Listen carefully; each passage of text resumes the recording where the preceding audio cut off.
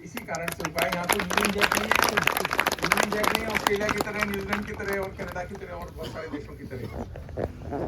आप ये देखें, मुझे नहीं मालूम हम में से कितनों ने देखा होगा, हम सबको मालूम है कि भगत सिंह जी को यहाँ रखा गया, एक जगह भी है, लेकिन वहाँ जेल डायरी है भगत सिंह की, और जो कोई विजिटर आता है तो हम उसको दिखाते भी हैं वो जेल डायरी। आप लोगों में से बहुत लोगों ने पढ़ी भी हो, शायद न भी पढ़ी।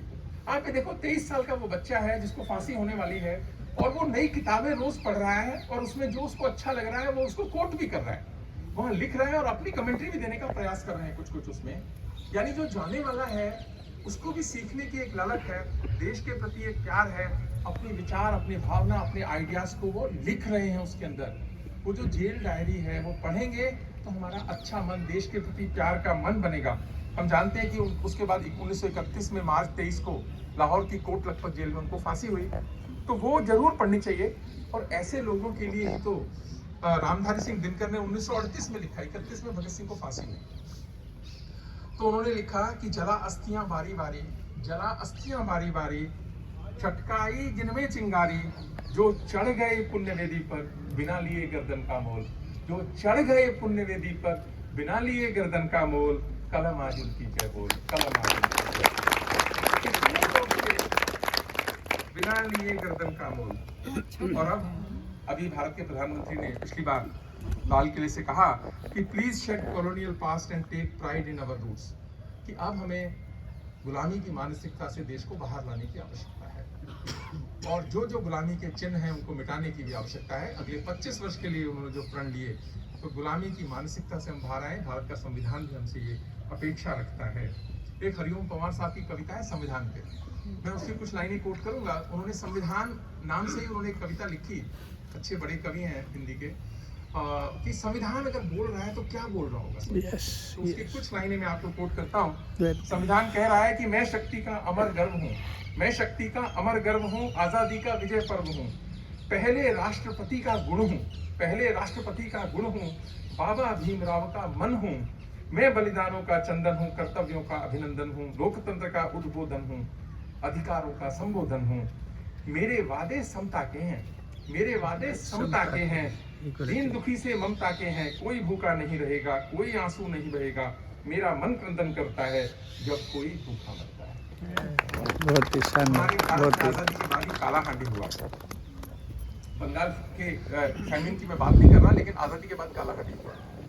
यानी संविधान को कितना दुख हुआ होगा कि देश में कोई भूख से मरे।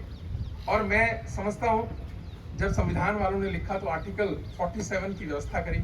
आर्टिकल 47 में कहा कि किसी भी सरकार का, जो भारत की सरकार है, उसका कर्तव्य होगा कि देश में कोई भूखा न मरे। उसका कर्तव्य है, उसका ये, उसकी प्रायोरिटी होनी चाहिए कि लोगों का जीवन स्तर उठाने पे काम करें, आहारों की पौष्टिकता में वृद्धि करने का काम करें, प्राथमिक स्वास्थ्य में सुधार लाने की जैसे कार्यों को प्राथमिकता के आधार पर कार्य करें। और एक और बात में भारत की सरकार को कि उन्होंने बहुत बड़ा स्टेप उठाया कि खाद्य सुरक्षा योजना के तहत देश के 81.35 करोड़ लोगों को फ्री खाद्यान्न उपलब्ध कराने का फैसला किया। ये छोटा फैसला नहीं है, इससे भारत की सरकार ने आजादी के इतने वर्ष के बाद इंश्योर किया कि भारत में कोई भूखा नहीं सोएगा, भारत में कोई भूखा मरेगा नहीं, कोई सोएगा नहीं। कई लोग मुझसे आगे बात करते हैं, देखो जी कमाल कर दिया इन्होंने, इसकी क्या आवश्यकता थी। लोग क्या है, खाद्यान्न लेते हैं, गेहूं चावल लेते हैं, बेच देते हैं। अरे तो क्या हो गया अगर बेच भी देते हैं, लेकिन कोई भूखा आदमी नहीं बेचता खाना, कोई भूखा आदमी खाद्यान्न नहीं भेजता है। अगर उसके पास में खाना है और खाना उसको लाया, तो अगर वो बेच भी रहा है तो देश की व्यवस्था में वो पैसा लग रहा है, वो उसका बच्चा स्कूल जाएगा, उसके लिए कोई और आवश्यकता होगी, उसकी पूर्ति होगी। तो सरकार ने इतना बड़ा स्टेप लिया। मैं समझ रहा हूँ इसको उतना सराहा नहीं गया जितनी इसकी आवश्यकता थी। सबको लगा, इकोनॉमिस्ट को भी लगा कि इतना सारा खर्चा हो जाएगा। अरे खर्चा होगा, आजादी मिली किस लिए है कि देश में कोई भूखा न रोए, भूखा न सोए, उसकी व्यवस्था करी। तो एक लेवल 1 सरकार ने अचीव किया। मैं कम से कम इसको बहुत बड़ी उपलब्धि मानता हूँ, और हम सबको भी बधाई, सरकार को बधाई, और खासकर भारत के बहुत बहुत बधाई देता हूं। एक दूसरी बात और है कि संविधान की ताकत, सुरक्षा की, अखंडता की रक्षा करी, लेकिन एक और फ्लेक्सिबिलिटी ये संविधान हमको देता है कि आप इसके साथ बहुत एक्सपेरिमेंट कर नहीं सकते। ये दूसरा रूट निकालता है। 1975 में इमरजेंसी लगी और बहुत कंट्रोवर्शियल एक 42nd अमेंडमेंट हुआ कॉन्स्टिट्यूशन के अंदर। 42nd amendment mini constitution of India बोलते हैं।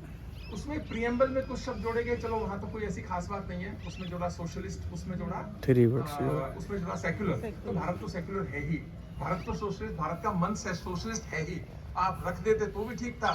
उस समय के लोगों ने सोचा कि इसकी आवश्यकता नहीं, क्योंकि हम तो वो हैं ही, रख दिया तो भी कोई बात नहीं। और एक यूनिटी के साथ इंटीग्रिटी, अखंडता, एकता और अखंडता, तो इसमें कोई बात नहीं थी। लेकिन जो उसमें कंट्रोवर्शियल था वो क्या था? संसद के फैसले को न्यायालय में चुनौती नहीं दी जा सकती। यानी उस समय की जो सरकार थी वो किसी न्यायालय से हारी थी, उसके लिए इमरजेंसी लगी थी, तो उन्होंने कहा कि हम ऐसा नियम ही बना देते हैं कि संसद के किसी फैसले को न्यायालय में चुनौती नहीं दी जा सकती। दूसरा, सांसदों और विधायकों की सदस्यता को भी न्यायालय में चुनौती नहीं दी जा सकती। उसके फैसले का अधिकार भारत के राष्ट्रपति करेंगे।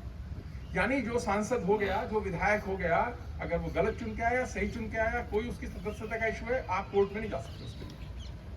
आप राजनारायण कोर्ट में गए थे, तो आप कोर्ट में नहीं जा सकते, उसको राष्ट्रपति उसके मामले को तय करेंगे। और तीसरा, संसद का कार्यकाल 5 से 6 साल किया।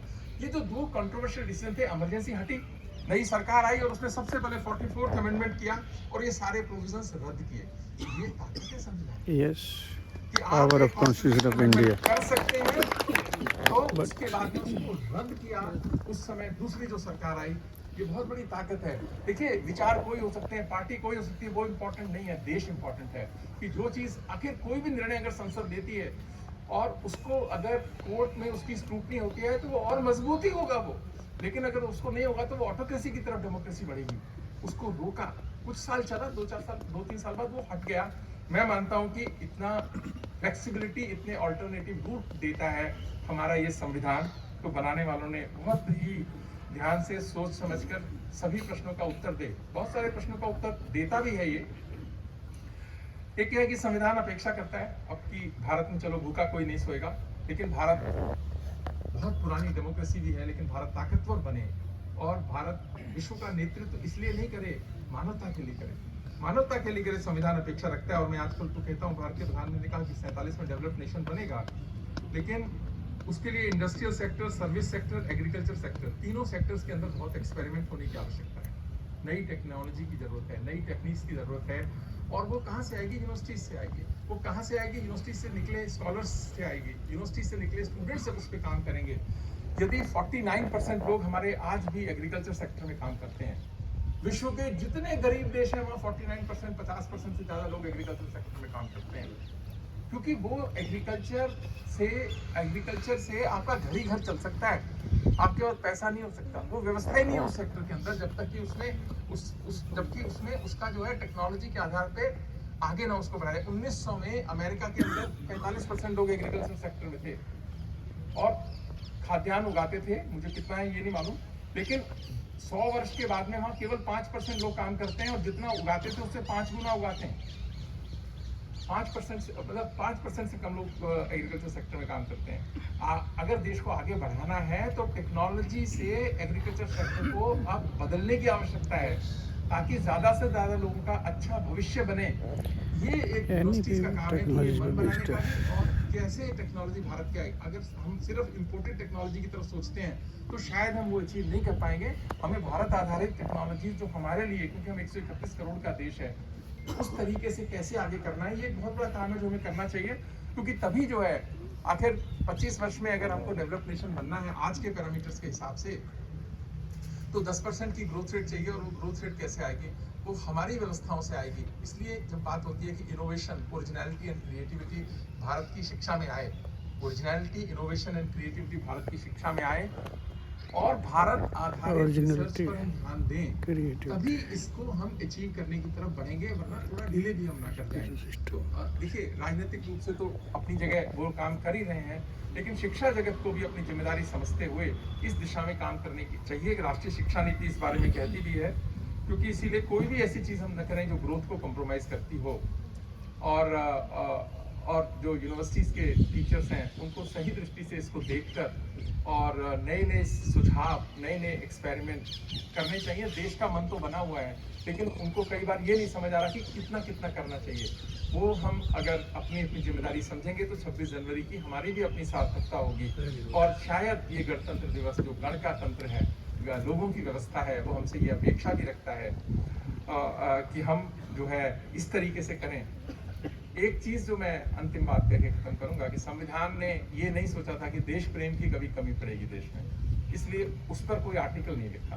पहले आर्टिकल से लेकर 395 में उसकी व्यवस्था उन्होंने नहीं करी, क्योंकि वो तो देश प्रेम से भरे हुए लोग थे। उन्हें सोचा नहीं था कभी कि 75 वर्ष की आज़ादी के बाद इतनी अपनी चिंता करने वाले बढ़ जाएंगे, देश की चिंता करने वाले कम हो जाएंगे। उन्होंने शायद उस समय कभी सोचा नहीं था। पर मैं समझता हूँ कि हमको देश की सोचना चिंता चाहिए करने वालों कि देश प्रेम कैसे बढ़े, और उसकी जगह केवल विश्वविद्यालय और शिक्षा का तंत्र है कि अपने देश से प्यार करने वाले बच्चे हम तैयार करें, ताकि जब वो समाज में जाएं और देश के लिए काम करें तो ऐसा कुछ ना हो कि वो कोई देश के खिलाफ काम करें। एक ही प्रॉमिस के साथ में जो हमेशा लेता हूँ कि मैं आप सबसे एक प्रॉमिस चाहूंगा कि हम अपनी जिंदगी में ऐसा कोई काम नहीं करेंगे जो देश के खिलाफ हो। आप सब लोग ये प्रॉमिस करें, बिल्कुल दिखाएं कि हम अपनी जिंदगी में ऐसा कोई काम नहीं करेंगे जो देश के खिलाफ हो। माहौल बहुत अच्छा है, देश के लिए आपका बहुत बहुत आभार। देश के लिए और देश की चिंता करते हुए, क्योंकि अगर हम चिंता नहीं करेंगे तो कौन करेगा?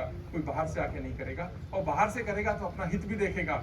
हम करेंगे तो देश का हित देखेंगे, और देश के हित में ही हमारा हित है। ये भाव रखिए। अगर आपका हित देश के हित से कुछ अलग जा रहा है तो कहीं आप में कमी है। अपनी सोच को बदलिए, विचार को बदलिए, क्योंकि नेशन इज अपनों से फर्स्ट, बहुत ही ज्यादा चला गया है। आगे ऐसा ना हो, ये शिक्षा व्यवस्था करें। ये शिक्षा से जुड़े लोगों से भी अपेक्षा है। इसी कारण से प्राध्यापकों को अपने मन को देश के हित में काम करने की आवश्यकता है। आप करते भी हैं, मैं ऐसा नहीं कह रहा, लेकिन और आवश्यकता है। 25 साल का जो कालखंड है वो बहुत इंपॉर्टेंट है। अगर हमको वो टारगेट अचीव करना है जो देश ने सेट किया अपने लिए, तो हमको देश प्रेम की बहुत आवश्यकता है। और उसको बढ़ाने का काम केवल 15 अगस्त और 26 जनवरी ना करें, हर दिन करें, हर मन करे, तभी इसकी सार्थकता होगी। आप सबको फिर से ढेर सारी बधाई। आपको भी सर, आपको